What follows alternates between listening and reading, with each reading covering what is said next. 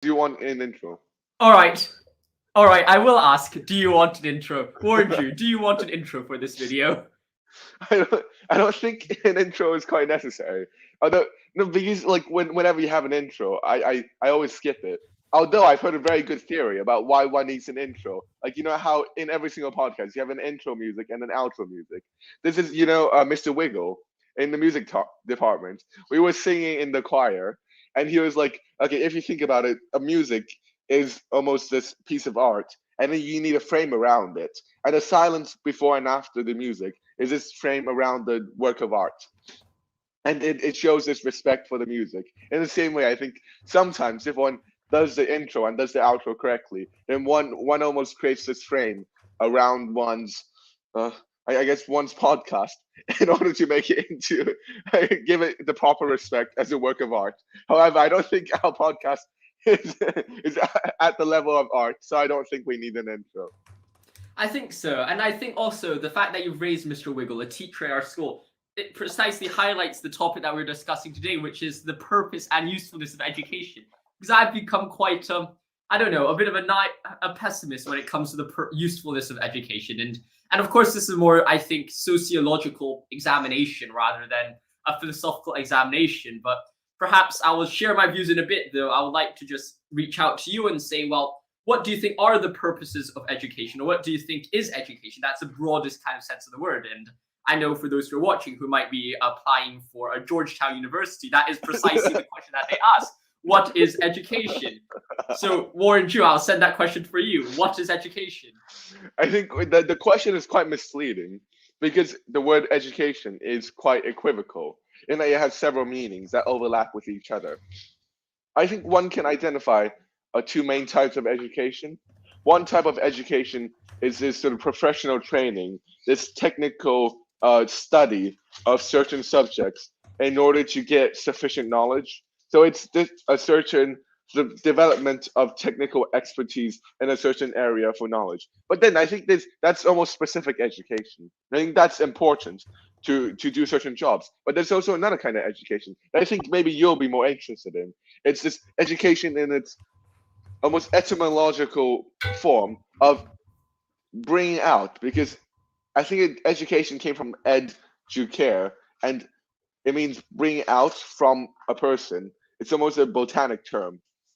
And in this sense, education is a leading out of the potential within a person to allow them to flourish as a full person and to flourish in such a way to become a, a character that is worthy of praise and admiration. And I think this is done by the development of more than technical expertise, although those I think are important, but a certain general wisdom, to use a very broad sense of the term. And for me, wisdom, if you want me to go further, you can question me on what wisdom is. I think wisdom is almost the capacity for relevance realization, the capacity to both set myself the right goal in the situation, but also to develop the most efficient way to go to that goal. So this twofold path maybe is the better way to conceptualize education as this leading out, which provides me with wisdom that allows me to specify the goal that I want to pursue towards.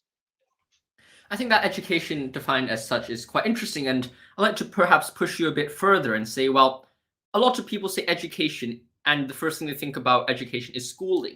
Do you think that the purpose of going to school is indeed to obtain or follow these two ideas, or is school something which is wholly different from these two ideas? Because of course, when we're experiencing Harrow and in the school which we're in, or when we're experiencing our education at school, oftentimes we notice that it is very separate from these two kind of ideas. So where do you think that ties in? You've muted, my friend.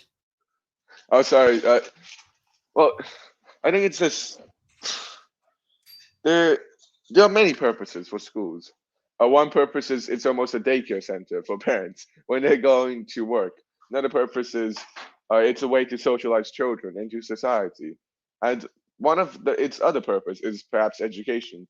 Of course, there are many forms of education. And when we ask about the purpose of schools, we're really asking about two different questions. One is what exactly is school doing right now? This factual question. And then another question is, what exactly should school be? And I think for what exactly should school be, I would say that school should be a place to almost cultivate wisdom.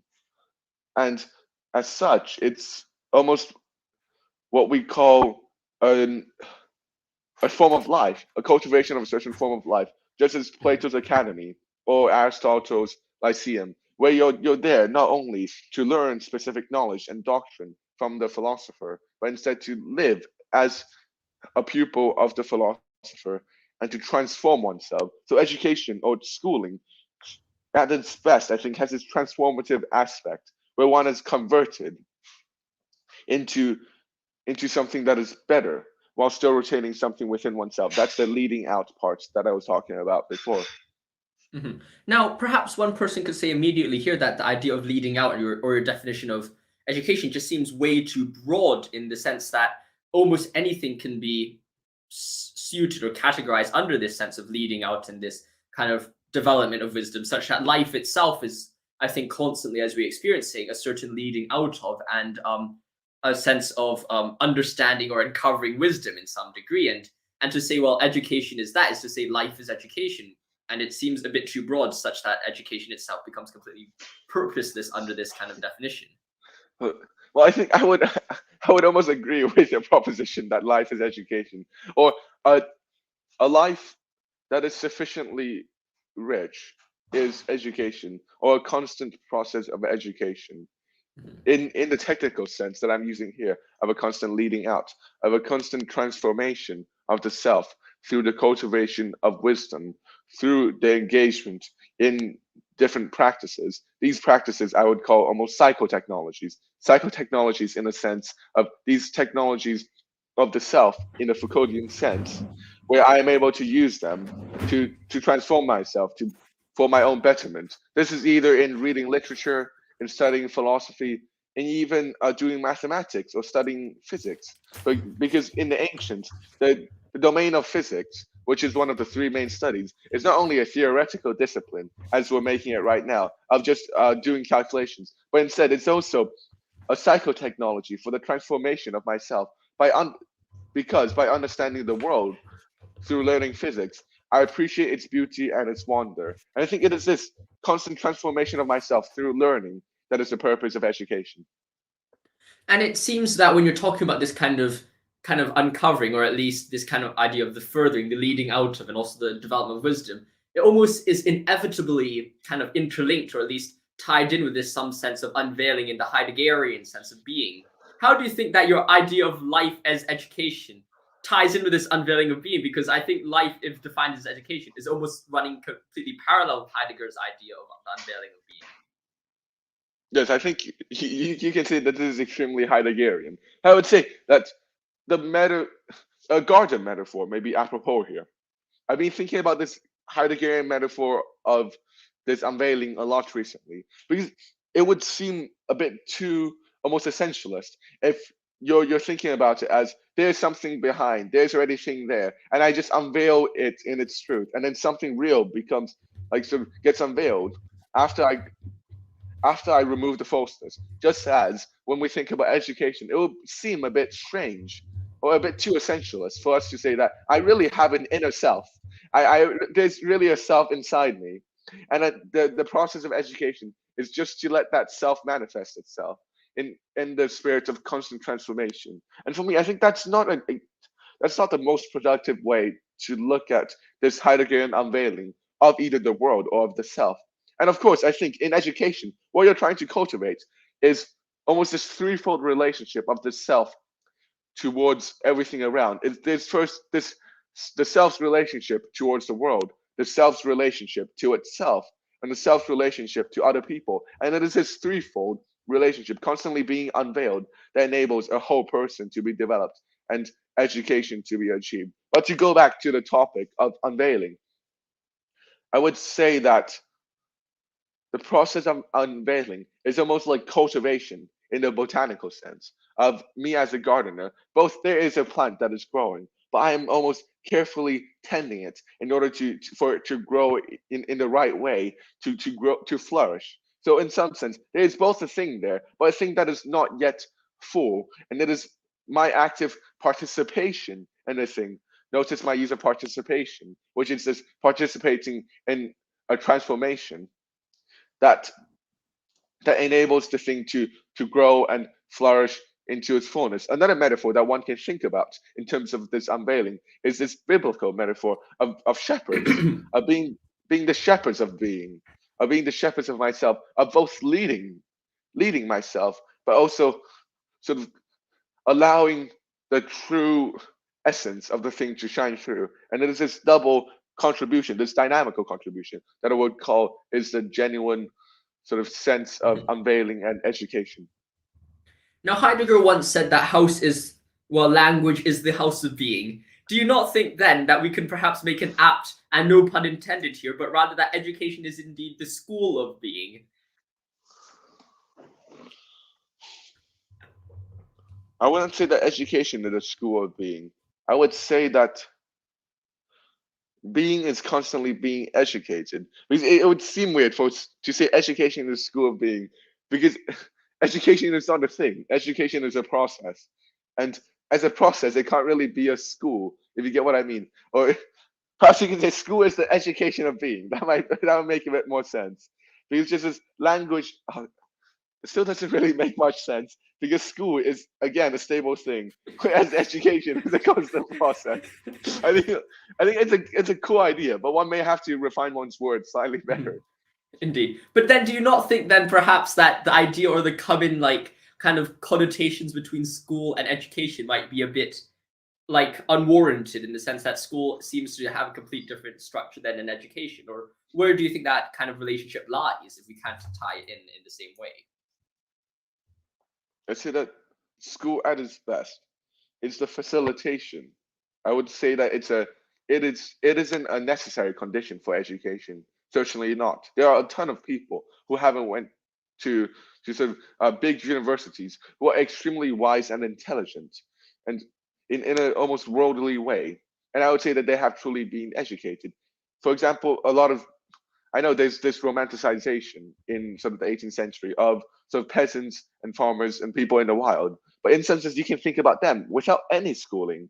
Just being inside the wild and engaging with nature is already a form of education. However, going back to the idea of schooling, I think at its best, it can facilitate education as a contributor to the growth of the person, the leading out of the person in several ways. One way is that in a school, you're paired with other lovers of being, so to speak, or other people who are seeking wisdom and seeking education. And in this sense, by having a community, this communitas, it is easier for one to engage in transformation that leads to the leading out in education. Another thing about schooling is that it does provide a certain structure and discipline in order for one to get educated.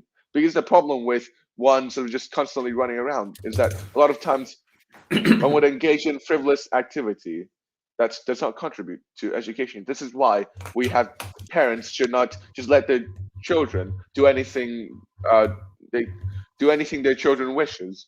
Instead, parents need to discipline their children in some way in order for them to lead out. And in the same way, schooling allows a certain structure for to continue the botanical metaphor, for this sort of garden that is the person to flourish and to grow in the right way. I think maybe this structure and also this participation in the community is part of the reason that schooling can be beneficial for education. Although I think a lot of modern schooling does not contribute to this at all. I think that your point about frivolous activity is very interesting, because I think that this is perhaps how to develop this in a bit in the future, later on in the discussion, when you maybe start grilling me with some questions.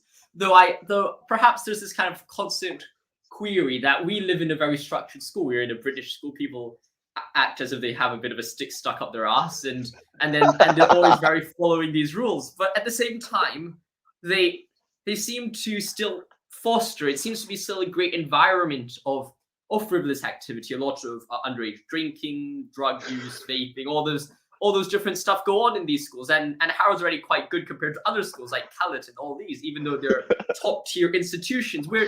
What exactly do you think is the cause of this kind of difference or this kind of situation? I think there's two reasons. Please talk. One I'll is go to the bathroom. I'll be okay, back in a yeah. bit. You can continue talking. Okay, sure. I think there's probably two reasons. One reason is what I talked about before, of a certain lack of structure or lack of discipline to the person. Because again, if you imagine a garden, what a gardener does is that he imposes a certain order on a constant sort of growing out, the constant chaos of the garden in order for the garden to flourish. He does not impose order from above and completely control every single growth of the plant. That would be crazy. That would make a completely lifeless garden. But at the same time, the gardener does not just let the garden run wild. You can see Chernobyl, what happened to Chernobyl after all the evacuation. Things just grow everywhere, and it doesn't look nice. It's not a well-ordered garden. So I think one part of the problem of this frivolousness or the lack of discipline or control is the lack of a correct framework from which one can grow towards, because one needs constraint in order to grow. Just as my hand, if I'm to move it, it's hard for me to move it slowly. Whereas if I'm moving with a slow target, with this force against, I'm able to move much more precisely. So for one to grow, one also needs a constraining force that supports it. I think that's one part. But a second part, I think, is this, that to introduce another concept, is the concept of salience. Salience is what stands out to me. And a lot of the problem here is that the salience landscaping is not done correctly for many people. So that they find a lot of things salient to them that does not really bring them meaning, but that is not truly relevant to them. And this almost schism between the salience landscaping and what they really will find meaningful and relevant is, again, I think, again contributes to the problem that you are pointing towards. And I think these 2 points are the ones that I wish to raise. Now, it seems that you talked a bit about school as this representation of some sense of figure or some sense of structure. How do you think, or how would you respond, or at least discuss the idea that school is actually a representation of the symbolic order of the society, or perhaps a parental figure of the thoughts of Sigmund Freud, that it is precisely the representation of the embodiment of this character in a physical institution to develop the youth, or at least develop the thinking of the youth? Mm-hmm. Well, I see that is part of what school is, and contemporary sort of theorists have also developed this. Louis Althusser talked about I think ideological state apparatuses, and his prime example is school, where school is a place where you throw kids into it, and then they come out with all the ideology fulfilled inside them. However, I think that's not all that school is, or an ideal school is not just integrating one into society, because integrating one into society is extremely important. Socrates didn't get integrated into society, and then he got killed. And society is where one finds a lot of solace and also a lot of security, because it is a society that fends one against the constant chaos of nature. There's ravaging sandstorms that just constantly strikes order. But saying that, I think education both should have this parental authority associated with it, but also have another element of slightly corrupting the youth, to use Socrates' language, right? To slightly tend them to develop their nature almost sort of tangentially out of the norm set by society in order to bring society new vitality.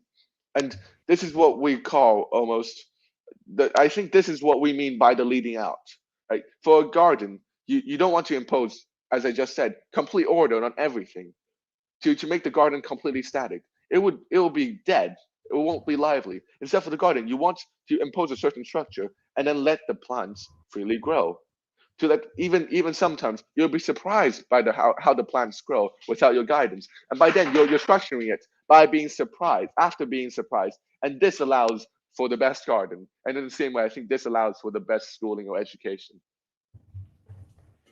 I think that's a very interesting idea, and though I think that when we talk about it as a state apparatus, I think the very interesting thing is that it seems that what happens most of the times in schools is that there's a constant conflict between the school and its own members. For example, I was sitting in a prefect meeting and people constantly started complaining about the traditional nature of the school, such that it seems that the school is within itself torn against itself. And of course, that brings the apt analogy: a house which stands against itself cannot stand.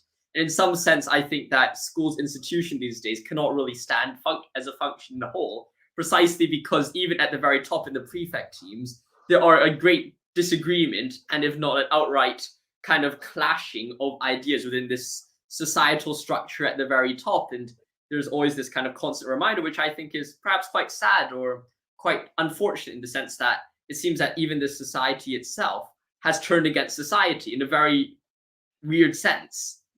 Okay, Josh, no, I think maybe now I can grill you a bit, and then you can come back to grill me. So what is exactly the substance of these complaints against the school? Because as you know, I've been sick for every single prefect meeting since the beginning of the term. You unfortunately missed the most juicy meeting that we had. Me and Karan were held in a corner against like all the other people in the year. So essentially, what happened in the prefect meeting was this.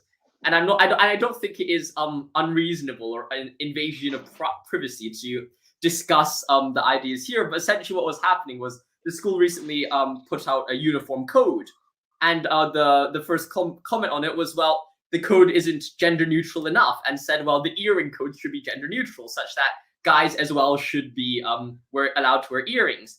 My response to this was that, well, I think it should be gender neutral, or at least the idea that if we want there to be gender neutral uniform, then it should not just apply to the earrings, but to every other code of the uniform code as well. And immediately the question is that, well, and I raised the point, well, guys have to wear ties, it has to go to the very top, and all this stuff. And then the natural response of them was, well, we only care about the earrings because for some reason earrings have a special gender expression capability in which everything else doesn't. So there was a bit of a clash between that.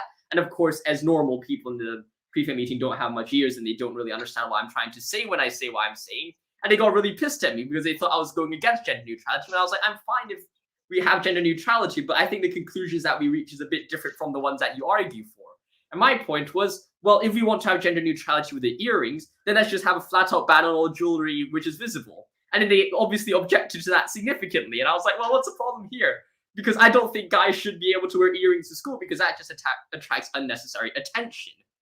And that was kind of my entire point. And then it got really blown out of proportion. And there was this clear idea that, and of course, our dear head girl said, well, I don't think we can comment on people's gender expression because we cannot emphasize what they feel. And it ended the discussion there with her executive power. And my natural thought was, well, I think they've completely missed the entire point of my dialogue in the first place. And then they got really angry for no reason. And it led a certain individual who I think we both know, and I wouldn't name her name because it would shame her quite poorly, just tell her best friend to shut up and stormed out of the classroom after that. So it was, I think I know who you're talking about. The ultra. It was utterly hilarious. The meeting was utterly hilarious. I don't know. I feel like. Okay, what do you think is the role of these expressions? Because the school also put out another code of saying you cannot dye your hair. What do you think about that? Well, I think that dyeing your hair is a very interesting thing, and I personally would disagree with the dyeing your hair thing, dependent on what you mean. I think dyeing your hair is precisely one of those things which I think it is better for girls to be allowed to dye their hair than guys to dye their hair. Because I think that there is a certain set of standards for what a boy is for a school and what a girl stands for as a school. Like they have a conception of a girl and a conception of a boy. Of course, as time goes on, this has been blurred a bit, and I personally disagree with some of this blurring. I think there should be quite a rigorous or structured kind of setup, and that's not because I disagree with gender neutrality. I think that that's just the role of the school, and they have complete right to choose what a guy should be wearing and a girl should be wearing. If you don't like that, then just don't go to the school. I mean, that's the obvious solution. But I think that with dyeing your hair, it really depends on the situation. And I think that, well, I first don't think guys should dye their hair, and I don't think girls should dye their hair either if you want gender neutrality. But I really think that's one of those situations that it really depends on what type of dye you're having. because of course some dyeing of your hair makes the color change significantly. And a good example would be a dear friend of mine who changed the hair from being a brunette to blonde. And I personally really think that the blonde hair suits her very, very well, and I have absolutely nothing against it. Though at the same time, I can definitely see an argument from the school's perspective to say, well, that's completely unacceptable because that is really too flamboyant, and it got nothing to do with your gender expression, but rather just the hair is a bit too flamboyant. And I completely get that perspective as well. So I think it really, really depends on, well, what is the purpose of the school? And I don't think there's anything wrong for schools to say, don't dye your hair. Yeah, my opinion is that it is very constructive for one to have a standard norm of what one should wear as female or male. Because exactly when one strays from that norm, one is able to convey certain information, right? If it's completely normless, I'm sure that no one would want to dye their hair if everyone was dyeing their hair. Then not dyeing your hair would be fashionable. In the same way, you need a certain norm in order for not dyeing to function. For example, I think I know at least one girl in the year who's probably not dyeing her hair because everyone else is dyeing, and she is proud because she has not dyed her hair. But that's another discussion. I don't know what I'm trying to say, to be honest. I think what I'm trying to say is this: one needs a norm in order to break the norm, and all of these expressions are ways to almost convey information to other people. Because eventually, how we're dressing is the how we're dressing is a way for us to communicate information to other people and also to ourselves, because we never know what we ourselves think. So we need the dress in order for us to understand ourselves. And one can, of course, express it in any way. I'm not against it. I think one shouldn't, one just shouldn't be surprised if certain individuals are against or look down at you for making certain dress choices. Because I do think there are certain things that are bad taste, and you can do it, but one can discriminate against you also. Discriminate in the sense of preferring something else than what you're doing right now. I definitely think that that is indeed the case, and I think that unfortunately such subtleties and nuances were quickly dismissed during our discussion on the prefect team because they were just so worried that I was saying something rather unsavory, such that they just started shouting at us. I got really angry. But I think perhaps moving on from this discussion, although I would love to see whether we can get this on the YouTube channel, that would be absolutely class. I think that perhaps there's a question that we've gotten from the audience, and it says, well, what do you think about dyeing hair unnatural versus natural colors? I mean, personally, I think it really depends on the situation. I think you definitely have the freedom to dye your hair whatever you want. Though, of course, if you've chosen to live in a society or a school which suspends or does not want you to have such hair colors, then I would say, well, I think that while there's nothing wrong about dyeing the hair as an intrinsic act, I would say at the same time that, well, dyeing your hair to break the rules is not the right thing to do. And of course, that ties into the idea of what is the purpose of the rule. But and I think the rule with Harrow is that we want a formal uniform and something which doesn't stand out. And of course, dyeing your hair in a really unnatural way would then go against that idea and the concept of the rule, and hence would be a violation of said. Actually, I have something else to say. I've been thinking about this rule following a lot recently. I've been thinking about the concept of psychotechnology, as I said before, of ways to expand one's cognition. For me, the establishment of rules are also these forms of psychotechnologies. Even rules seemingly as arbitrary of what kind of map that we're using, or how we're designating certain directions as what names. And in the same way, these dress codes are also rules, slightly arbitrary in nature, of course, it helps us function with other people more smoothly and with less mental expenditure, because you use the word unnecessary attention, attracting unnecessary attention, and this is also the word being used, I think, in the official school document. What this, I think, basically amounts to is when you're straying too much out of the norm, it becomes hard for someone to understand you, or you're introducing uncertainty, variables of uncertainty to other people's fields of perception. And it makes a more difficult interaction if you're constantly straying away from traditional norms, precisely because it is uncertain other people is uncertain how to interpret what you're doing. For example, it's a miracle that we can stand inside an elevator with a stranger and not feel scared and not shouting and not running away. And we can do this because there are societal norms and expectations of what people will do. And we partly express that we will follow these norms by following certain dress codes. For example, I wouldn't be comfortable being in an elevator with someone with a bunch of tattoos on his or her face and everything, and with I don't know, just all kinds of crazy dresses. Not because I'm against those personal choices, but because by you making these decisions, you're straying against society norms. And I don't know how many other norms you're going to stray against. I don't know if you're going to punch me inside the elevator. In the same way, in the school, by imposing these seemingly arbitrary rules, it's helping to reduce the computational complexity of everyday dealing with other people. And by breaking these rules, of course, you bring individual expression, but what you lose is the smoothness or the benefit that you get from a society, the benefit that is of not not being have to worry about strangers. I think that that's a very interesting idea, and I think that perhaps we could try to raise this in the next prefect meeting, though I think we might get completely shouted at and shut down within a few seconds by a certain unnamed friend of ours who, although I thought she was only targeting me and got really angry at me, also started shouting at and targeting my partner in crime, so to speak, Karan, when he was speaking. So I suppose the hatred was not only focused on one person, but rather focused on a plethora of people, I suppose. But perhaps to develop this further, or at least I could turn the grilling or the questioning to you. You once said, or you recently said, that there's some sense of psychotechnology in education.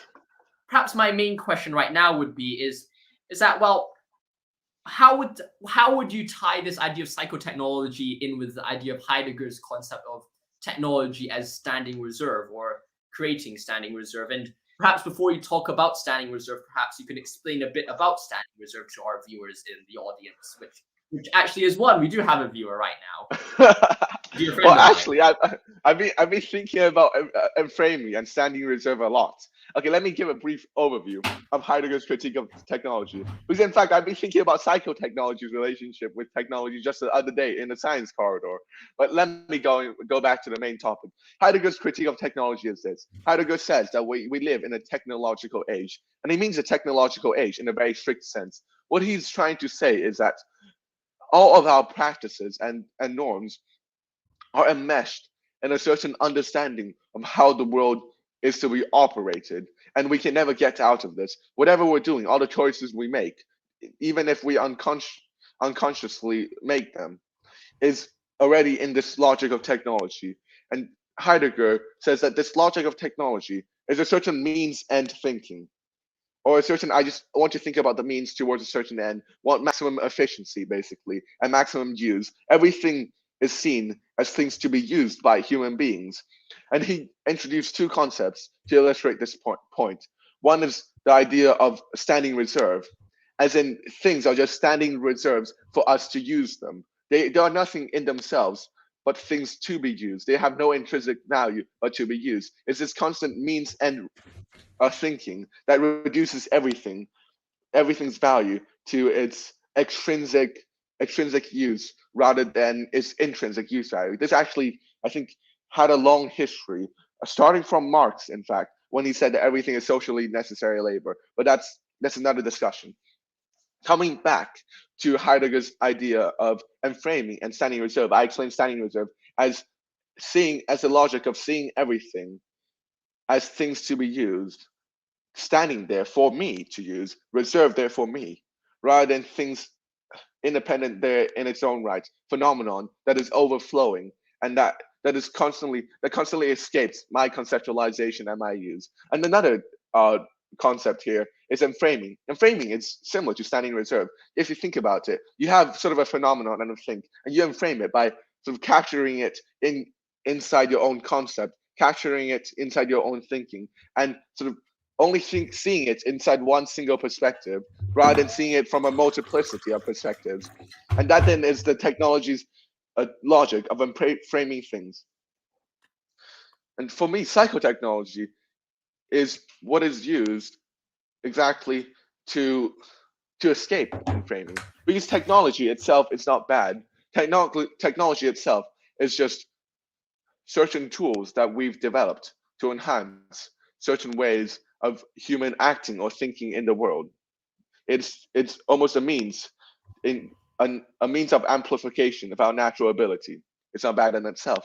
Heidegger's critique is that we are so enmeshed inside a certain kind of thinking that is related with technology that only allows us to see everything around us and also ourselves and our peers.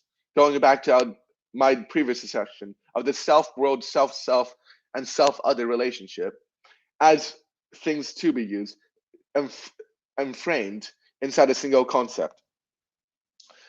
What psychotechnology does is that it enables me to examine my own concepts. And I think this is the purpose of education. This is what we call wisdom, of a certain constant examination of the frame that I am operating in, and the ability to break that frame when necessary. And again, it's sometimes we need to see things as standing reserve when we're engaging in certain tasks.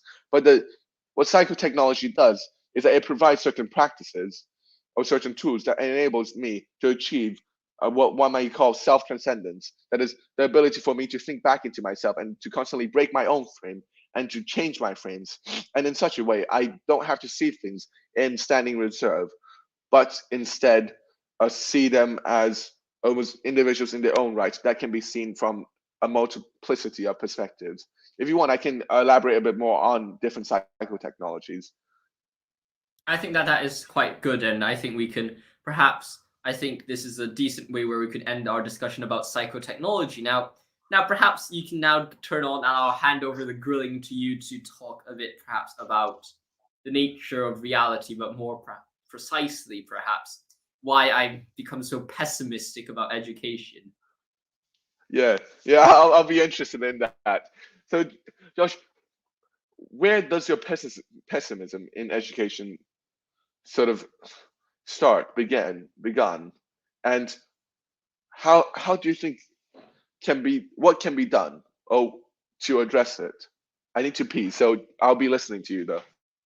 Yes. Well, I think that perhaps the biggest kind of question that I kind of face or kind of struggle with is precisely the idea of, well, what exactly is education doing it to our society, and exactly what is education's use and purpose, and is it really achieving it? Because in the past I always said, well, we have a lot of issues in the world, either with lack of awareness about certain issues, lack of critical thinking, and I'm like, well, society or the world is so bad, only education can save us.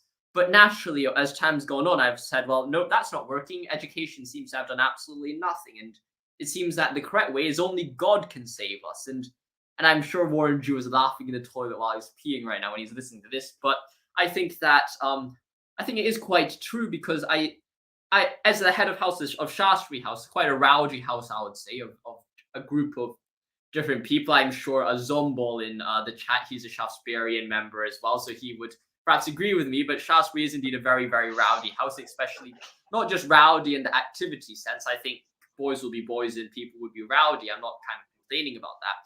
Rather, there are people who are perhaps unfortunately carrying out really weird activities like drugs, like alcohol.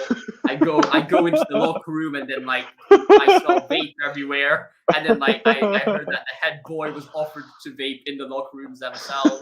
So I think the situation is a bit rowdy, and not only that, it's kind of there's a lot of racism going on in Harrow. There's lots of physical abuse that people happen. And I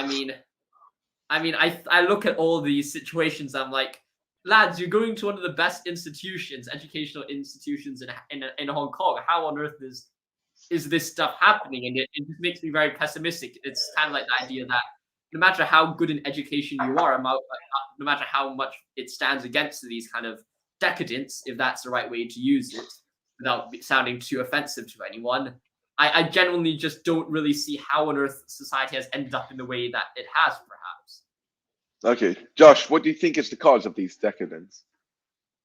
Well, I think it's a mix of a few different things. I think one is the lack of meaning, or the lack of direction in life. You just said that education is part of it's like finding that direction. And I think the idea of suffering in Hindu, it's like kind of like missing the mark, and it's kind of the same as the Christian word for sin. It's also missing the mark. And I think the problem is with society is not just that they're decadent in the sense that they're missing the mark, it's that they just don't actually know what mark they're hitting at in the first place. Like before they've even shot the arrow, they've lost exactly where they're shooting it at. And they're like, well, I just shoot it anywhere and I'll aim it somewhere. And it's that precise lack of meaning that they precisely end up in these sorts of activities, with kind of the feeling that if they just go along with society, they just go to drink alcohol, do drugs, they'll just somehow miraculously create a new meaning out of nowhere, perhaps, and that they would suddenly find their direction and find their mark via missing it, which I think is quite paradoxical.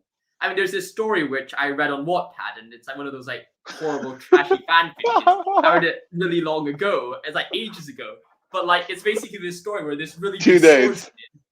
It's actually ages ago before that. It's like this swordsman is trying his new archer set, and he's trying to impress like this beautiful archer goddess. And then when he shoots at the mark, he doesn't only hit. Not only does he miss the mark, he hits the mark in the range next opposite to them. Like there's two marks and there's two ranges. He completely misses his target, shoots it over the range, and hits the target behind them. I perhaps think that this is precisely what society is trying to do when they reach these problems. Is that they don't know where the first mark is. They don't even know that where the second mark is because there's a barrier there. But they still manage. They're still trying to hit randomly at this idea of this mark, and that's where the heart of the problems come from. And that's kind of the search for identity without really an aim for where they actually are identifying it towards. But you talked about the search for identity. What is the connection between identity on one hand and this search for meaning or search for a mark on the other? Well, I think it is precisely this identity, precisely this search for meaning, which is the cause for the search of identity. I think that we all experience a calling from being in our lives. We are called out to follow some identity or some kind of some sense of searching in our lives. We all have this call of responsibility, perhaps that's what you want to say. And it is precisely this calling of which they find no answer, which leads them to pursue such means, perhaps, to find or answer that calling. And as time goes on, they realize that although it's not sufficient, they've entered a world in which they cannot escape, such that they're just trapped in the cycle and find that as their temporary solution to an eternal problem.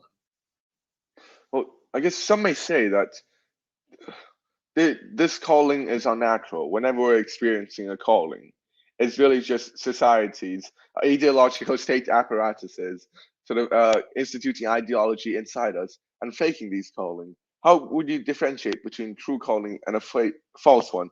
And how can you criticize the people who's doing what you call decadent behavior if there's no real calling?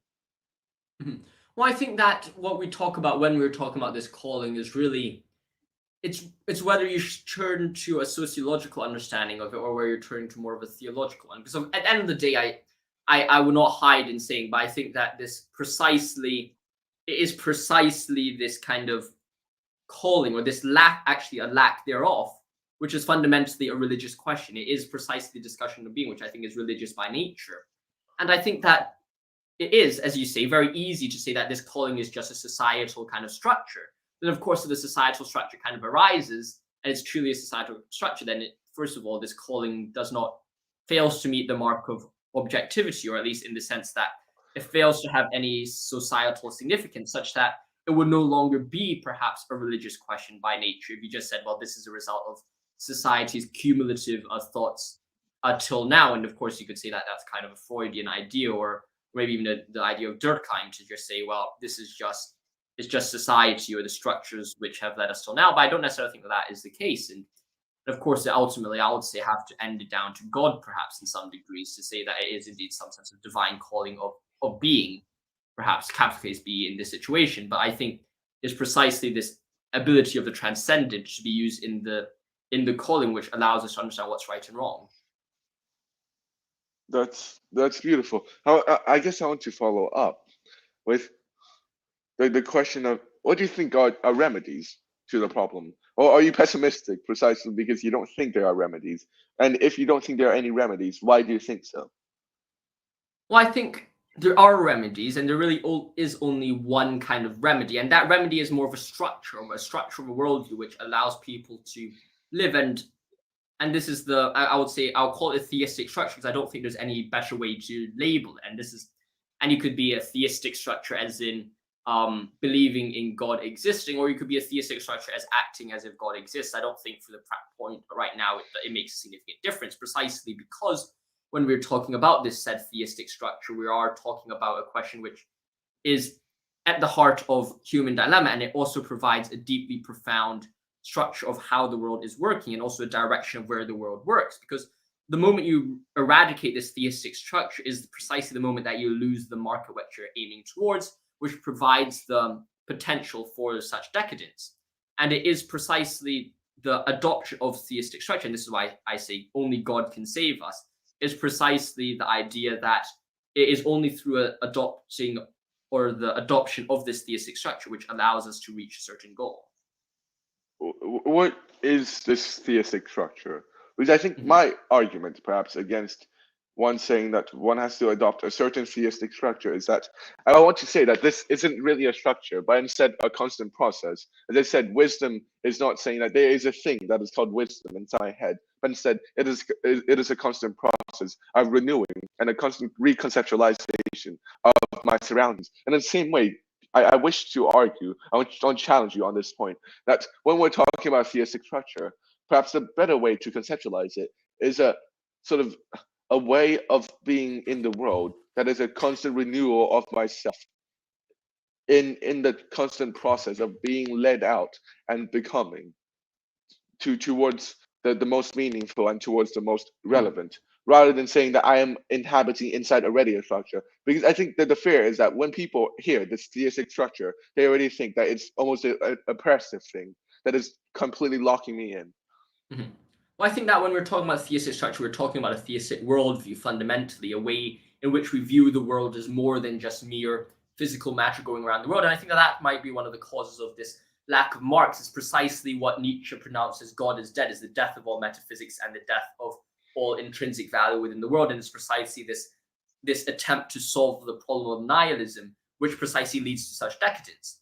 And it is through this view which I think we realize the importance of the theistic structure, the kind of the God is not dead idea, in the sense that, well, when we're assuming the theistic structure, that's not to say that is already the be all and end all, but assuming the theistic structure is akin to assuming that the world is not purely physical and that there is meaning to everything that we're doing, and that there is fundamentally a purpose behind everything in which we have to strive towards to reach a certain goal.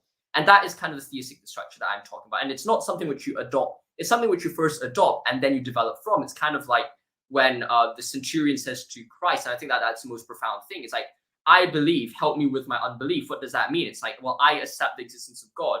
Or not just I accept the existence of God, but I accept the significance of Christ, the theistic structure. Help me find the theistic structure, or help me find the profundity of the theistic structure in the world. And it is that first acceptance upon which it allows you to reach a further or a deeper profundity.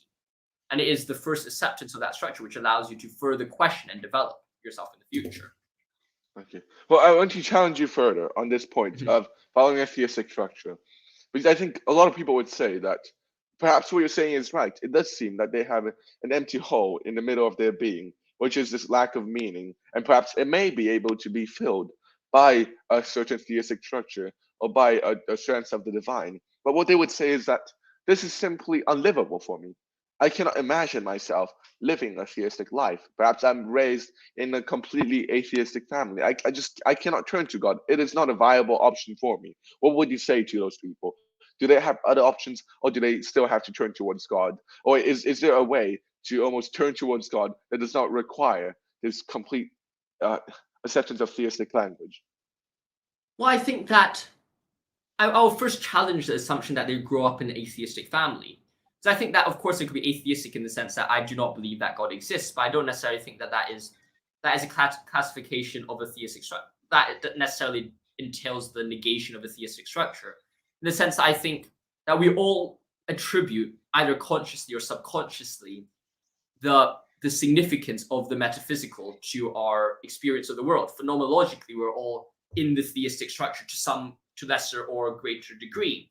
And it is precisely the idea that we are already in that, we just cannot see it. And that's why I think it's more of an unveiling of being instead of a creation of being in the world. It's the idea that we live in it first before we kind of experience it to some degree. And the fact that you are growing up in an atheistic family does not necessarily mean that you don't have a solution. Rather, I think that you are living in an atheistic society. It is more difficult for you, but at the same time, that does not mean that that metaphysical view is completely out of reach. I think it is a very easy one to see.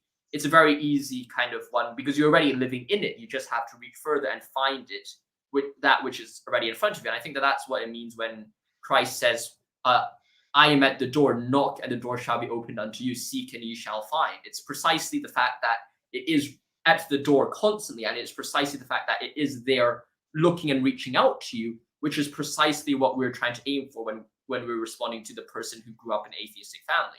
The metaphysical structure is already there. They just have to adopt it and accept it. Okay. Let me phrase the question a bit differently. I think you're completely right when we're talking about atheistic structure, because atheism is still defined against theism, and it's still enmeshed inside the structure of theism. Even Nietzsche said, I'm afraid that God is not dead because we still believe in grammar, right? Since the fundamental syntax that we use to conceptualize our lives, at least in the West, is still theistic. But let's take my personal example. I wouldn't say that I grew up in an atheistic family. I grew up in a non-theistic family. And non-theistic in the sense that it is completely outside of this complete sphere of theism, atheism, all of these dichotomies and oppositions. Instead, let's say someone's grew up in a traditional Chinese family who enmeshed in, let's say, Confucianism and Taoism without this, with a completely different metaphysics and syntax to the Western, almost Western syntax of God, whilst at the same time he's with an increasing globalization, getting in contact with the West, and also being influenced by certain ideas, these atheistic ideas from the West that makes him slightly nihilistic. What would you say for those people? Because for them, it seems generally that become that theism is not a livable option for them, because they're not in the system at all, but they're also intimately affected by the decadence of the system, because of its absolute influence on the globe. What would you say? What advice would you give to these kind of people? Because I think this might be the case for a lot of people inside our school. It's just almost be inside a non-theistic framework, but also be influenced by atheistic ideas, and it increases the complete confusion in one's identity. That is even more than if you're just an atheist against a theist. Well, I think that the answer to that is the same as the answer I provided previously. Perhaps the idea that at the start you may say that Confucianism is not technically a religion, but I say that it is a very religious kind of framework. I mean, I think I'll need significant convincing to suggest that it isn't founded fundamentally upon a religious idea. I think it provides part of the picture. I don't think it provides a full picture, in the sense that I think it kind of it renders to Caesar that which is Caesar's, but does not render to God that which is God's in some degree. To say that we have a road, we have the meaning there, but well, what exactly or where exactly does that meaning come from? I think it doesn't answer the second question perhaps very well.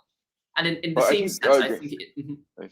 I think the response, perhaps, from these people would be that the question that you're asking is a question that only makes sense under the theistic worldview, under this Confucianist worldview. The question doesn't make any sense, and it didn't matter. People lived for 10,000 years, and they were happy, or not 10,000, maybe 3,000 years, and they were happy about it. They didn't bother asking these questions. Well, I think that the act of asking the question is. Well, I think that it is precisely the idea of what do you mean by happy where this comes from, because I think that's very easy to say, well, they're happy, that's just kind of like they're living a very hedonistic life. But I don't necessarily think that is the be all and end all of society, or at least the be all and end all of what true happiness is. Even on Confucianism itself, I don't necessarily think that it is purely about living a happy life, but rather there's some sense of further contentment within it. And perhaps when you talk about kind of the being, it is to some degree a very difficult thing to fully understand in some sense, that unless you enter the game itself, it's very difficult to enter it yourself. And the only way to draw someone in perhaps is precisely to help them try, or at least try to show them the game through their own lives, in the sense that they fundamentally do rely on it, even if they might not think about it in the first place. For example, I was talking about this in our Lyceum Cafe SCA the other day. It's like, well, they said, oh, society is all about morality, or developed society is all about just physical properties of happiness and pleasure. And I'm like, well, 90% of you guys are extreme activists. You post like kind of feminist kind of stuff on your Instagrams.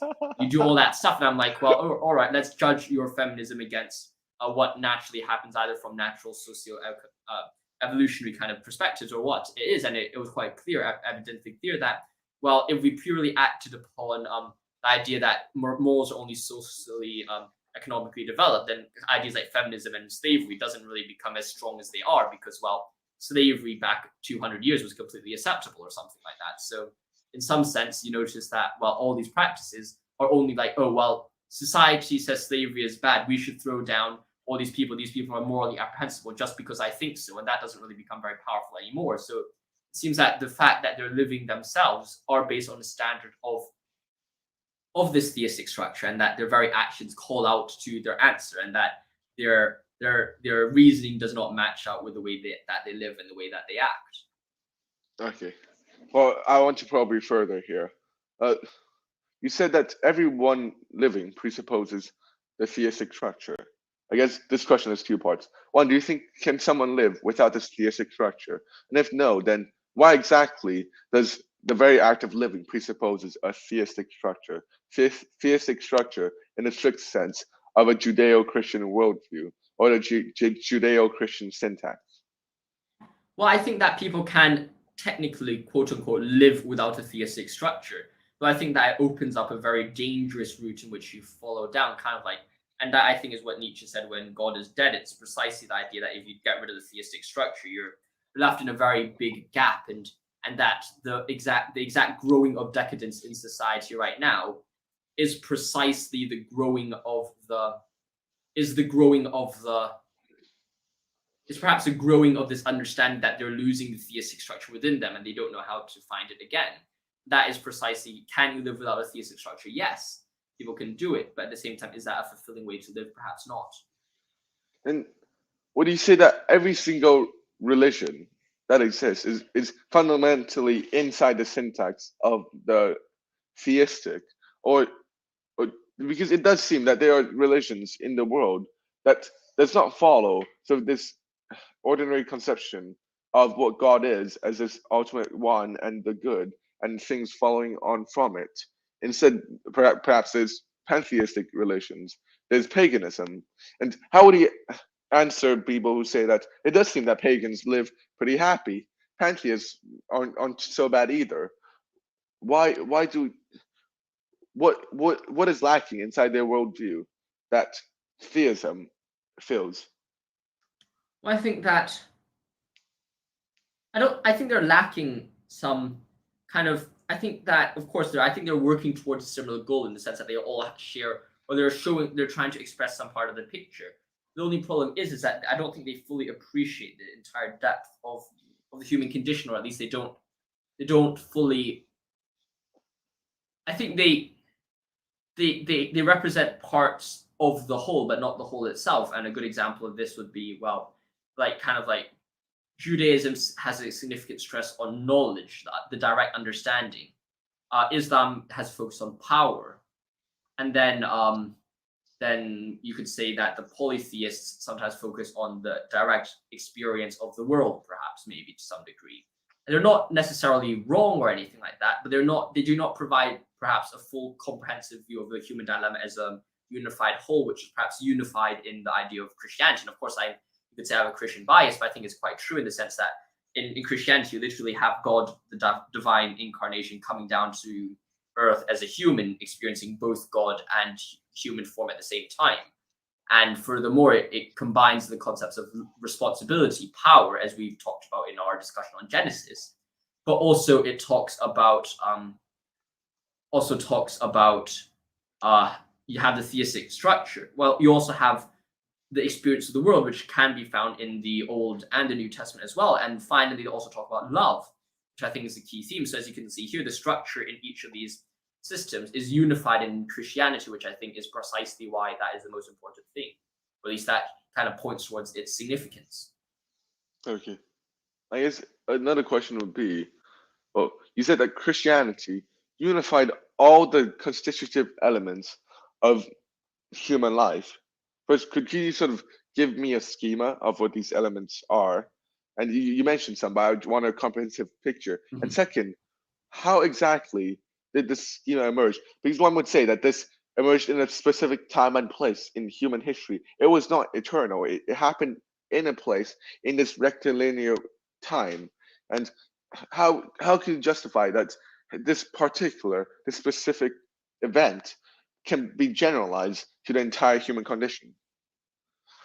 Well, because I think that first of all, you could say, well, in the past, humans were not focused on living a good life; they're just focusing to survive. So there was not much telos or purpose for giving them a scheme about how to live morally fulfilling lives. Because what's the point of living a morally fulfilling life if you can't even live? That would kind of be self-contradictory to some degree. I wouldn't say it's completely self-contradictory, but the telos of it and the achievement of said telos kind of disagrees with itself. Now, if we look more towards kind of like the schema, or perhaps to provide a complex understanding of the schema, I would perhaps say, I apologize, I'm going up to the screen for a second, but okay, it did land in the bin. I dropped a nail and it landed in the bin instead of falling on the floor. I don't want to stab my foot over tonight, but I personally think that if we look at perhaps the schema, you look at a lot of different parts. You have power. Humans do indeed enjoy power. That's something which everyone has. Like it, the Marxist who seems to renounce power seems to have his own sense of power himself. The everyone has a sense of power in a society. In order to live in a society, there has to be a concept of power. Like it's not either under capital, and capital doesn't need to be money, but capital can be almost anything, talents or whatever. There's always going to be power there. There's going to be knowledge. Humans pursue knowledge above almost all else, in the sense that knowledge is significantly of value. And even though there might not be at times a rational justification of that value, because sometimes the value or knowledge that we earn seems to harm humanity more than help it, but that seems to be a facet of nature itself as well. And there's also kind of the idea of love, and I think that love rules all, in the sense that love is perhaps the defining factor which makes humans act before they really think about knowledge or power itself. We talk about love as violence, love as negation, love as hate to some degree. In fact, extreme love is indeed extreme hate, and that was a theory that my PRS class brought up, that precisely it was the hatred of the person, that we both know who I'm talking about, but I wouldn't name the name, is precisely the fact that she hates me was actually a fundamental excuse of loving me in the first place. And actually, it was the failure of the love which it was expressed in hatred. And that was a theory of the PRS class. And I think that that might be very true. A And very that, elegant theory. yes, and that is exactly how I would represent kind of the conclusion of the power, the knowledge, and the hate. It's the idea of the love. It's the idea of the search for power within the love, but fails in the knowledge of the non-reciprocating nature of the love, and hence the love turns to hate as a driving force of all the actions. And fundamentally, the hate retroactively justifies the love in the first place. And that, I think, is the schema of humankind. Of course, it's more complex than that, but I think that that is at least a good place to start off with. And that's almost the Cain and Abel story, in that Cain first had the love in the sense of the sacrifice, and then by this non-reciprocal nature, he fell to hate. But this hate ultimately is still predicated on a certain love and a certain trust in God, or else he wouldn't hate. Which is why perhaps God didn't completely eliminate Cain's race. Instead, let it be. But let me go. I want to push you further again, because you almost made a throwaway comment at the start in saying that people before was starving, they couldn't meet their material needs, so therefore it was hard for them to think of a telos. But then would you subscribe to a view that there's these hierarchy of needs, what Maslow called hierarchy of needs, where you have to first fulfill these lower needs such as food, water, shelter, before you can go up to higher needs such as these spiritual needs?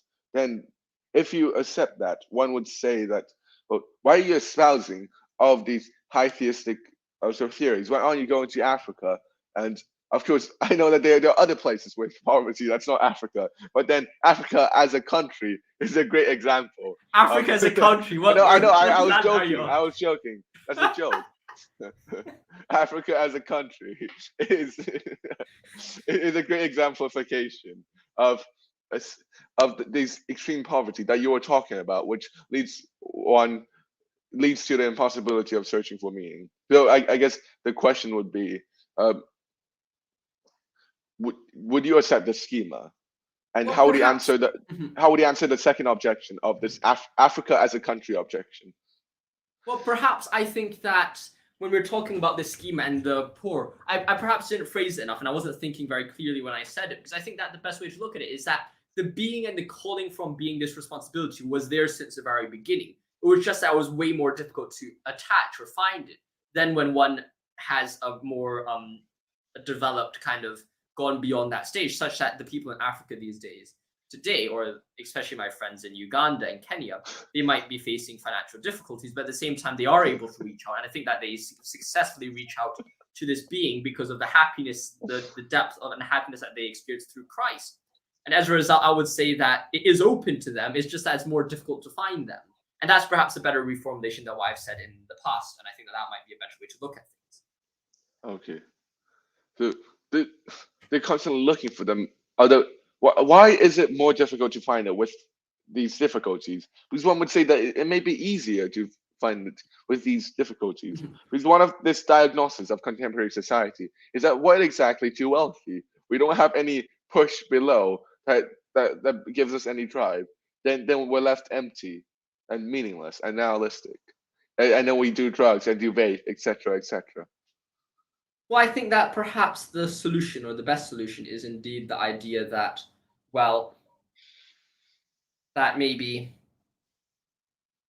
that perhaps it was the recognition of society which allowed for the breakthrough of the pursuit of that thought, or at least it was the development of that society which allowed for the breakthrough of that thought. In the sense that while people in the past could have achieved it, it was just more difficult of them to reach it because no one reached out in the first place.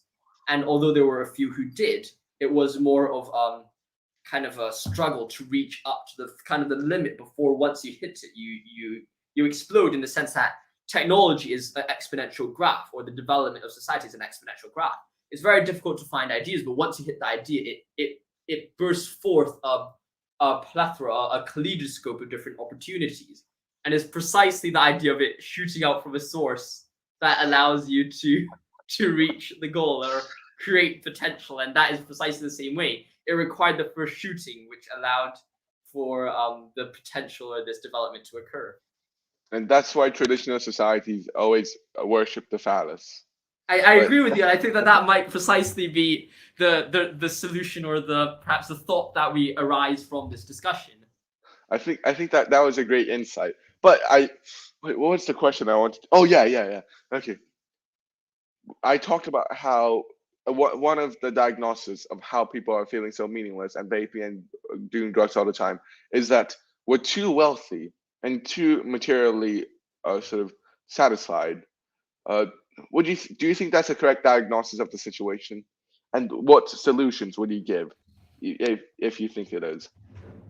Well, I think that it can be one of the reasons. I don't think it's a be all and end all, because I think that some poor people also do drugs, and that's even worse, perhaps, because not only do they do drugs, that drug habit also leads them into debt, and that might be even worse than being rich and doing drugs. Although both of them are obviously quite wrong. And I think that perhaps it is in this reality that that that maybe, how would I say it? That perhaps I would say that perhaps, although it can definitely be the cause, wealth leading to drugs, I think it's more like the lack of satisfaction and contentment that they find in their lives lead them to drugs. So while wealth is indeed one of the causes, it isn't the root to the problem. Perhaps it's not like I'm doing drugs because I have money, but rather I have money, and therefore I feel this lack of contentment or happiness, and as a result I'm doing drugs, perhaps. And there's this kind of like this third for the kind of causal structure to it. Okay, so it's like the Heidegger quote, where the danger lies, where the saving power lies also, but reversed. Where the saving power lies, where the danger lies also. Yes. Once you can feel the almost pull of of the good, you're more likely to feel the immense guilt and to want to drown the guilt out. And on the topic of guilt, Josh, what do you think is guilt? Because I I think this think is linked. Okay, this is linked to connect to the comment of the comment on missing the mark. He wanted us to sort of explicate a bit more about this missing the mark idea, and also the idea of the true purpose of education. And perhaps you can think of what would you think is a relationship, perhaps between guilt and education, and the sin of perhaps you missing can the mark. explain it first. I am currently on all fours right now, looking for a staple which has fallen onto the ground. So while I'm on all floors looking at a staple which fell to the ground, maybe you can perhaps best explain to me what you think of the guilt first while I'm continuing my search. Oh God, I think guilt is the constant struggle. Guilt is the acknowledgement of one's constant struggle towards this leading out and fulfilling of one's potential in education. Although one has to be very specific here and say that when I'm saying fulfilling one's potential, I don't mean that there's a fixed set of potential that is already there, but it's dynamically changing potential within oneself, interacting with the environment, create with its complex structure, and with that requires a leading out, which harmonizes all of these complex interactions. And it is this entire structure of two dynamical systems, me and the world, interacting with each other. Actually, me and myself, me and the world, and me and other people interacting with each other. So all these complex systems, dynamical systems, interacting with each other, and the subsequent need for a leading out towards wisdom and towards self transcendence in order to adapt to the shifting nature of these dynamical systems.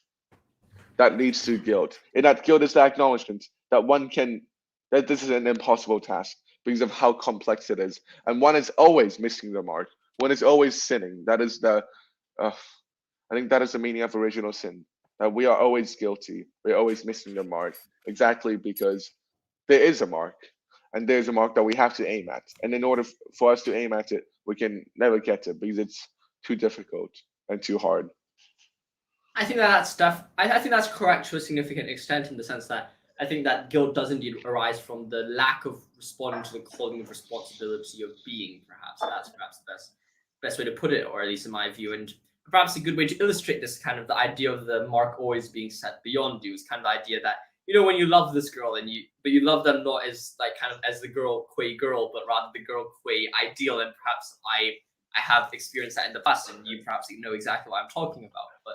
But there's this idea that they, by definition, in your mind, have to be above you in order for the situation to work, such that the moment that it is no longer above you, it no longer becomes the mark itself, where it loses its meaning. And precisely it is the significance which makes it beyond you. That might be a similar thing with being, such that you're always striving, you're always improving, and that it is the constant striving which is part of the struggle itself and the guilt. But it is precisely the existence of the guilt which suggests that you are indeed moving towards a certain goal. So that guilt has the sense of both a positive and a negative effect on humankind, such that the acknowledgement of guilt means that you are indeed carrying your cross to a more significant level, or at least you're recognizing the existence of the cross that you must take up, instead of just not having a cross in the first place at all. Mm-hmm.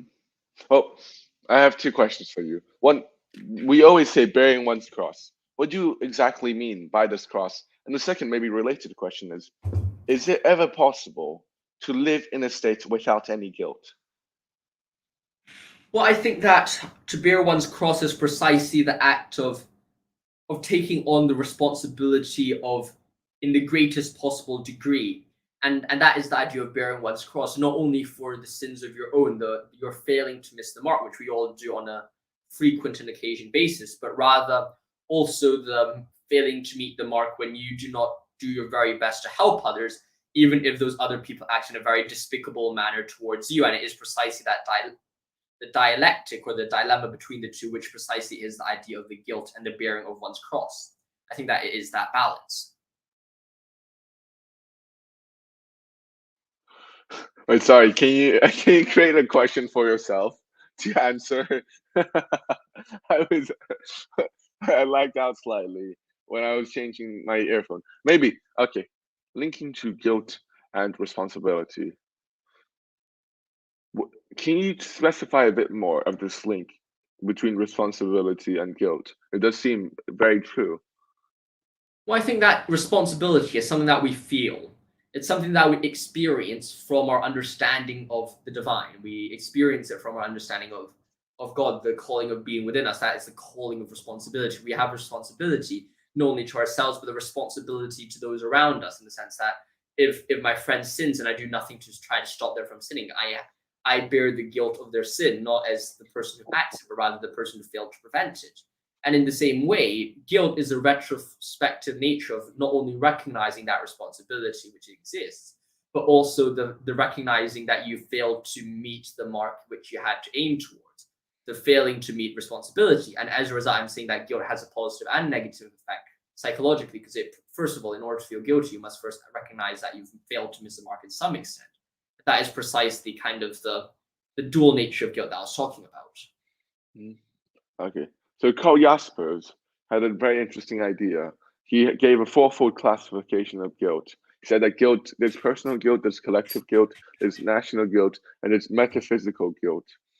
What he meant by metaphysical guilt is a guilt that attaches to oneself in virtue of being a human being, and even in Heideggerian language, a being that can take a stance on its own being, a being that can sort of constantly create itself and constantly transform and become.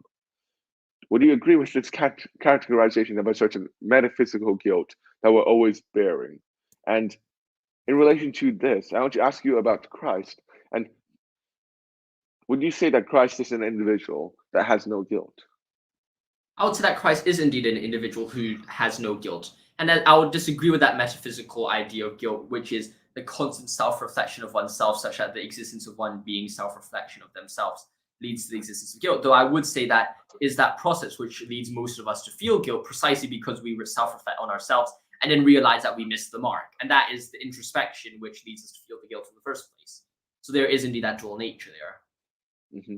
And why is Christ a state without guilt?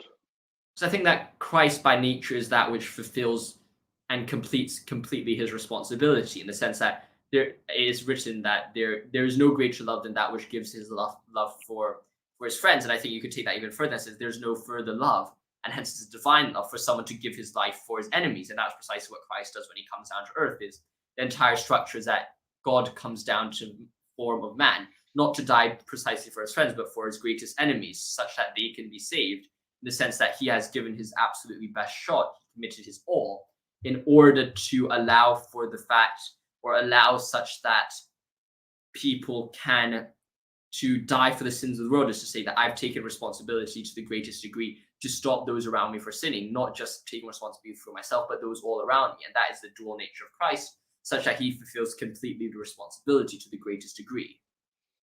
I still feel like if you characterize Christ in such a way that his responsibility is almost integrated both within his person and his personal life, but towards the entire humanity, that somehow one can still resuscitate the idea of metaphysical guilt. And the metaphysical guilt is my responsibility towards every single being on earth by virtue of me being a single being. And then being a being would be constantly being guilty because I'm constantly responsible, even if I myself is perfect, for everyone else. And wouldn't you say then that Christ is still guilty as long as someone is sinning on earth? Well, no, I would say that Christ is not guilty, because the act of someone else sinning is precisely their failure to respond to freedom, but rather that Christ has fulfilled his responsibility not to force the other person to do all good, but rather to give everyone else the complete opportunity to do good. And it is that providing of the opportunity which we are responsible for, not necessarily the direct action of the other person.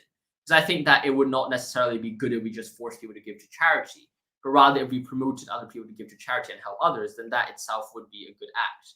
And we're taking responsibility for the others. So it's not a direct saying, well, there's someone sinning, that guilt is on Christ, but rather that Christ has given his absolute everything, his life. to provide or to give a situation such that the other person has all the opportunity to not do that.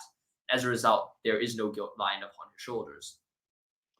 Can one nevertheless feel guilty, even even if one has tried one's best and really lived the best life one can live?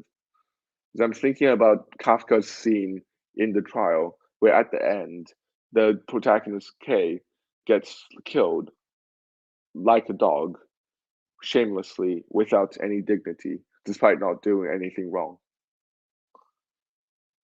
Well, I think that you can feel guilty despite trying your best.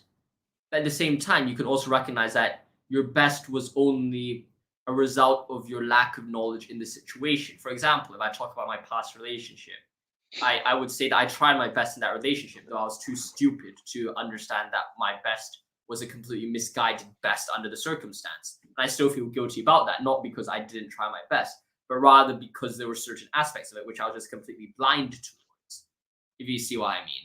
And when you have Christ, they not only tried his best, but also is open and visible and is and recognizes all sense of this kind of otherness which was hidden to me when I tried my best in my past relationships. There's a difference. There's a substantial difference between the two. So it's both having tried my best, but having really done the best thing. So it's an integration of what I've tried and what I've done in the world that is important. So Yeah. for guilt cares more. Do you think guilt cares more about intention or about actuality or about consequence? Well, I think it's a mix of all of them in the sense that if you don't have good intentions, then you're going to feel guilty. If you don't have good actions, if that's kind of like if you only just posted about fighting against racism but then didn't change anything or tried to change it, then you'll also be guilty. And actuality, in the sense that, well, if you try your best to change the world, I think actuality would be the least important, because sometimes you could really try the best and no one listens to you. That's kind of the idea of Christ dying on the cross for everyone, but then very little people believe in him. So there's kind of that kind of aspect as well. And most people still end up doing drugs and stuff like that. So I think that there's a difference there. But then it does seem that under this scheme, then Christ is still guilty. As in, let's take your relationship as an example. I don't mean to sort of put salt on old scars. I don't know. That doesn't make sense. That metaphor doesn't make sense. I forgot the actual saying. But what's the actual saying, Josh? I don't know. Is it put salt on old wounds? Is that what it is? Old wounds. I don't want to like do something to old scars, but you can search that whilst I continue. Let's take the example of the girlfriend or the past relationship. Maybe your boyfriend. I'm not assuming anything here, Josh. But so with your past relationship, with your girl or boyfriend, you said you've tried your best, but nevertheless it didn't work out because you realize that things still happen despite you trying your best, and that leads to you being guilty. Doesn't that also mean that Christ is guilty if people are sinning?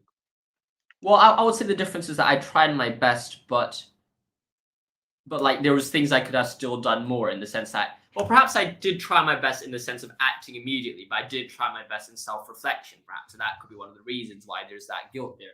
But perhaps with Christ, on the other hand, it's like I tried my best, I acted the best, and I also provided the best world in such that people could be changed. For example, it's like kind of like Hegel and the fall. It's precisely the act of giving the fall which allows for greatness to be achieved, and in the same way that Christ provided the best situation. And it is up to that now. The responsibility then is lied to us to choose whether to follow him or not, and that is precisely the way to go.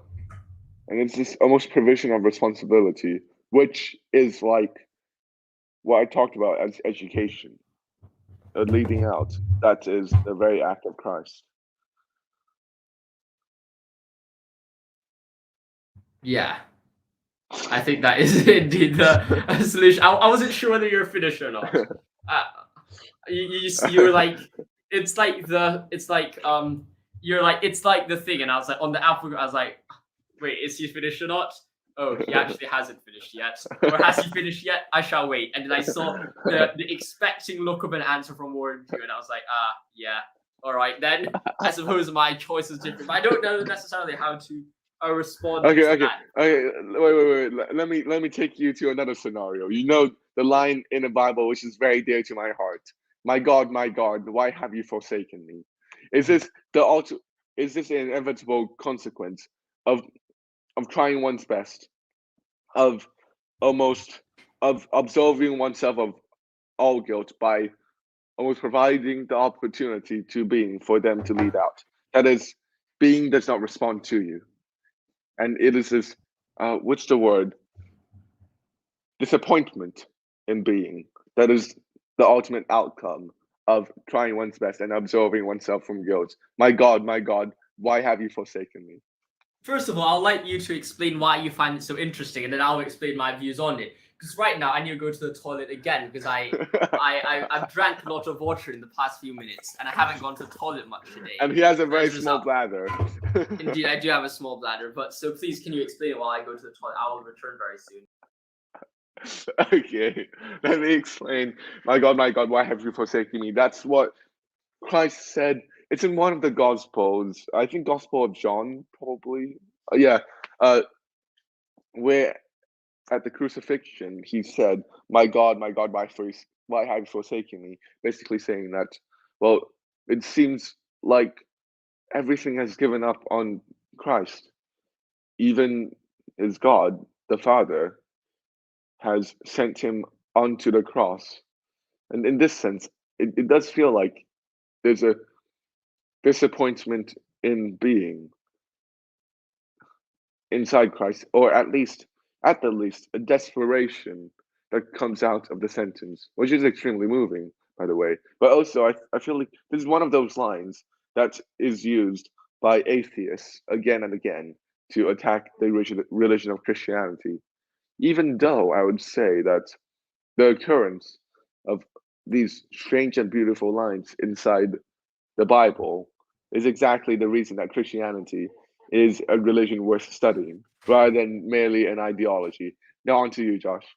Well, I think that the idea of my father, like, my God, why have you forsaken me, is a very interesting idea because I think that it is precisely in that moment on the cross in which the job has been complete, in the sense that, because it's very interesting, you say, when he says, my God, why has he forsaken me? And he also says, it is finished. And I'm like, well, what does that mean? It seems that his No, I think task, his responsibility, it is finished as in another gospel. So somehow it's two accounts of the same indeed. thing. It's very I strange. think that, and I think the best way to view them is that they're all correct. They're just representing different aspects or different times of the crucifixion. I think that what we notice then is like, it is finished can be viewed as the completion of the responsibility. I have already succeeded, in the sense that my job on earth has been finished, in the sense that I have done what I needed to do. And when I say, my God, why have you forsaken me, it's precisely the idea that God on above, as Christ the pure, as God the pure, Christ, by dying, has gone from the very top to the very bottom and has descended into the underworld, as Odysseus does in the Odyssey. He has gone from the very top of the hierarchy, not the hierarchy, but the top of the universe in this metaphysical sense, as God himself, and has come down to earth to act along us, to act with responsibility. And his death is not just a death in the physical sense, but rather the full fulfillment of responsibility, such that the death penetrates itself into the underworld and into hell itself. And the idea of God forsaking him is precisely the ultimate detachment from the divine, which is at the top to the bottom. And it is the precise that disconnect between the two, which represents the ultimate cross which God, or which Christ underwent in order to fulfill his responsibility. And as a result, when he says it is finished, it's precisely him saying that it is precisely the act of going from the absolute top to the very end through the cross, by bearing his cross in the ultimate fashion, which allows the responsibility to be completely fulfilled and the guilt to be completely solved, in the sense that we now have the potential to be like God and his friends. And that is the dynamic between going from the Trinity to the cross to my God, why have you forsaken me? And then finally to it is finished. That's beautiful. I want to pursue you on 2 points. One point is on this subject of death. What is the relationship between this death and and the fulfilling of one's responsibility. That's one side. Another side is, I still don't think you've sufficiently explained the sentiment inside the line, my God, why have you forsaken me? What is this forsaken? Why did Christ say that line? And because it does seem that it is finished, if you interpret it with, my God, why have you forsaken me? What is finished is God itself. To use a very I think heretical interpretation. Well, I think first of all, I would respond to your question about death, because I think death itself is the most symbolic thing in human existence apart from life, in the sense that the birth is the life, the beginning of potential, and death is not necessarily the end, but rather the death is almost synonymous with judgment, and that's why people say the capital punishment is the ultimate punishment, in the sense that death is fundamentally the role or the pathway that we all must take towards judgment. And in some sense, it is the ending of the time to fulfill potential, or fulfill, not necessarily fulfill potential, but rather fulfill the responsibility and act upon responsibility. And as a result, it's God going from the immortal as pure judgment itself to step down into human form to die. It's precisely the act of God going the full spectrum, as I've said, and this is not spectrum as in the LGBTQ spectrum, but rather going precisely from the very top to the very bottom, through the beginning, the immortal, to the death. It's precisely that separation between the two. And I think it ties then on to my God, why have you forsaken me? Is that he has, in some sense, by the act of God forsaking him, because we have to remember that Christ itself is God, but rather in the form of man. It's precisely that why have you forsaken me is why the forsaking of himself through the Father is precisely the idea that my God, why have you forsaken me, is precisely a representation of that symbolic difference between the two, until the point of death and the ultimate separation of the judgment from the judge. And it is precisely that forsakingness somewhat from himself retroactively leads to it being finished at the end. So they're all fundamentally tied in one narrative and the fulfillment of responsibility. I'm not sure if I explained myself in the most lucid way possible, but there is some sense. Can you please ask me for clarification, because I don't. I'm still quite unsure about what you exactly mean by this splitting within God itself and forsaken by yourself. It does seem to be a almost psychological interpretation. Maybe it'll be a bit better to understand if we transpose it to psychology and then put it back to theology again, of this forsaken by oneself, by the self that oneself is, which oneself is being forsaken by. Okay, perhaps one way we could think about it is actually linguistically and say, I am lying. It's technically a phrase where the I and the act of lying are two different beings. And perhaps in the same way, my God, why have you forsaken me, is precisely the you have forsaken me. The act of forsaking and the God is two different things, in the sense that my God is actually myself in the I, so that I have forsaken myself. But it is precisely the act of perhaps the forsakenness is precisely carried out by oneself to detach one from oneself in order to go down from heaven to earth and then die upon the cross, is precisely the idea that I in the I and the act of forsaking are two different beings in the sense of the Trinity. And it is precisely the idea of going from the top and forsaking oneself to the level of the bottom, which precisely leads to the completion of responsibility. Does that help? Does that make it easier for you to understand? I didn't follow at all. We're at the point of the night where I think that both of us have completely lost our minds, and that No, I think this is good. This is good. We're exploring something very important. Can you try again? And now I understand why people from Xmas think that I'm far-fetched and I'm bullshitting them. Because it really is very hard to talk about this. I think you grasped the phenomenon. It sounds some sense of immersion, but I still can't grasp it completely. Okay, so think about yourself and yourself in a dream. Yourself in the dream, or at least actually think of yourself and the ideal self. Your ideal self, imagine a world in which your ideal self is there before yourself, but you two are selves in the same right. Yourself, your ideal self, sends Warren Jufu Chung into the world. And sending Jufu Chung into the world is precisely the act of forsakenment from the ideal into the real. And the detachment from the ideal to the real eradicates all of Warren Ju's perfectness into the world. And by going into the world, Warren Jew, although knowing himself and his identity, fulfills his responsibility of the ideal self, is now facing the potential of losing everything in the world and dying. And it is precisely the sacrifice of his life, despite carrying out full responsibility, is that which allows him to fulfill responsibility of himself and his surroundings, to help those around him to also have the greatest potential to be saved and do good. And it is precisely that act when he dies is to precisely say that why has his act of coming to earth has completely been separated from his ideal self, because his ideal self would never have died in the first place. But by act of coming to earth, precisely allowing himself to die for those around him, has forsaken the purity and the ideal nature of himself, even though he has fulfilled his potential on earth. And as a result, he has instead finished his mission on earth through the act of choosing to die and go to the cross, or dying as Warren Jew on earth.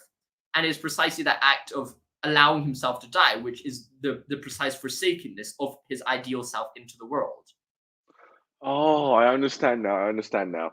I think the logic here is that the forsakenness is the very sacrifice that the forsaked is undergoing.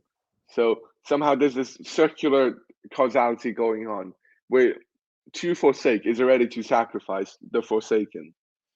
And this leads to finish, because this forsakenness is the finishing of one's ultimate sacrifice. And the forsaken is the ultimate sacrifice precisely because God can save. But there's this constant refusal inside the Bible for Deus ex machina, precisely because that would not be a sacrifice at all. Yes, I think that is perhaps the best way to illustrate it at this time of night, perhaps. That's beautiful. That's beautiful. I hope Let it's made me. it more clear for you. It's much clearer now. Let me ask you. You know what? I think we're almost there. Let me just ask you a crazy question, and then we can finish. Josh, what is the meaning of life? I think the meaning of life is indeed to first find the calling of being within you under this theistic structure, and then act out this calling of being and fulfill and try your best to fulfill it to the best of your potential. And that is precisely the meaning of life. What would you say to people who do not find any meaning, or currently does not feel any meaning? I'll end in a very cryptic way, perhaps, and say,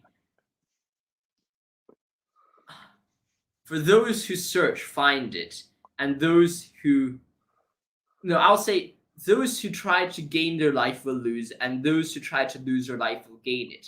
Seek and you shall find. Knock and the door shall be opened unto you. Look first in where you have not looked, and then look first in the places where you look, and then you would appreciate the beauty of the world, and that's how you find the meaning within. And stay silent, and do not try to randomly act before you first find the meaning. And it seems completely paradoxical, but I think that is precisely how you find meaning. It's that silence. It's the active silence which you undertake which finds you the meaning in the world.